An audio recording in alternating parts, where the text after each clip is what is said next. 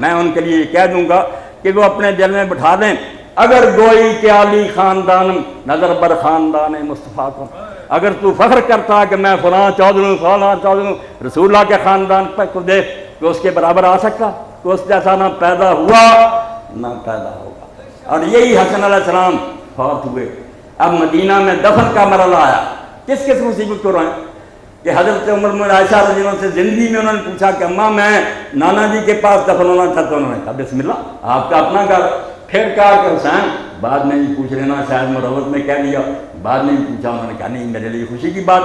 اب دستے آ گئے فوج کے اور پولیس کے، مروان اور فوج آ گئی، انہوں نے کہا کون ہو تم یہاں دفن کرنے والے؟ اب نواسہ رسول حضور کے پاس دفن ہو رہا، برا نہ منائے، حضرت ابوبکر دفن ہوئے، حضرت عمر دفن ہوئے۔ بے شک حضور کے سسر تھے، آپ کے ٹکڑے تو نہیں، ان کو دفن ہونے سے کسی نے نہ روکا۔ اور جب حسن کی باری آئی، جنہوں نے اجازت نہیں کی ام المومنین سے، مسلمانوں کی فوج آ گئی، لڑائی تک نوبت پہنچی۔ حضرت حسین علیہ السلام اور ہاشمیوں نے بھی تلواریں نکالیں کہ تمہارے باپ کا گھر ہے، تم دفن نہیں کرنے دیتے۔ وہ تو حضرت ابو ہریرہ درمیان میں پڑے، انہوں نے کہا حسین علیہ السلام تجھے یاد ہے کہ بھائی نے کہہ دیا تھا کہ اگر کوئی لڑائی کا اندیشہ ہو تو پھر بقیع میں مجھے لے جانا۔ اب کس جگر سے حضرت حسین نے رسول اللہ کے روضہ سے امام حسن کو اٹھایا اور بقیع میں لے گئے؟ ان واقعات کو اپنے دل میں بٹھائیں، پھر آپ کو پتہ چل جائے گا کہ یہ ذاکر نائک اور اسرار جو ہے نا، یہ بیچارے نسل ہیں ان کی، ان کا گلہ کیا کرنا۔ ان کے بڑوں نے یہ سنت قائم کر دی ہے کہ رسول اللہ کا خاندان کوئی شے نہیں، اس لیے خاندان کی مذمت کرتے رہتے ہیں۔ حالانکہ رسول اللہ نے واضح فرمایا کہ اللہ نے آدم کی اولاد کا جب بھی یہ کیا کہ دو حصے ہوئے تو میں بہتر کی پشت میں چلا آیا، جو بہتر ہوتا تھا اس میں سے آیا ہوں، اس لیے میرا خاندان پوری کائنات میں سے برگزیدہ اعلیٰ، میں صرف نبی نہیں سب سے اعلیٰ۔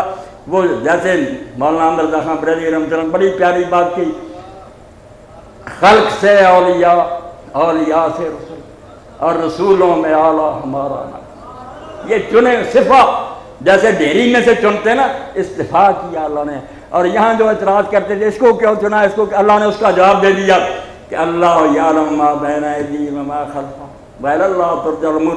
اللہ سب کے آگے پیچھے کو جانتا ہے، وہ جس کو چن رہا ہے اس کو بھی جانتا ہے کہ اس کا ماضی حال کے وہ غلط نہیں چنتا، اور معاملہ اس کے ہاتھ میں، وہ تم سے پوچھ کر چنے گا۔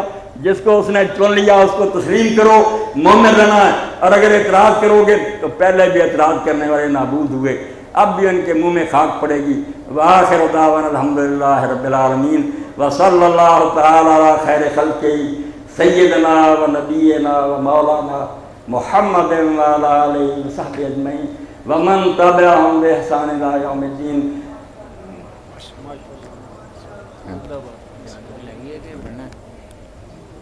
بارہ بج گئے۔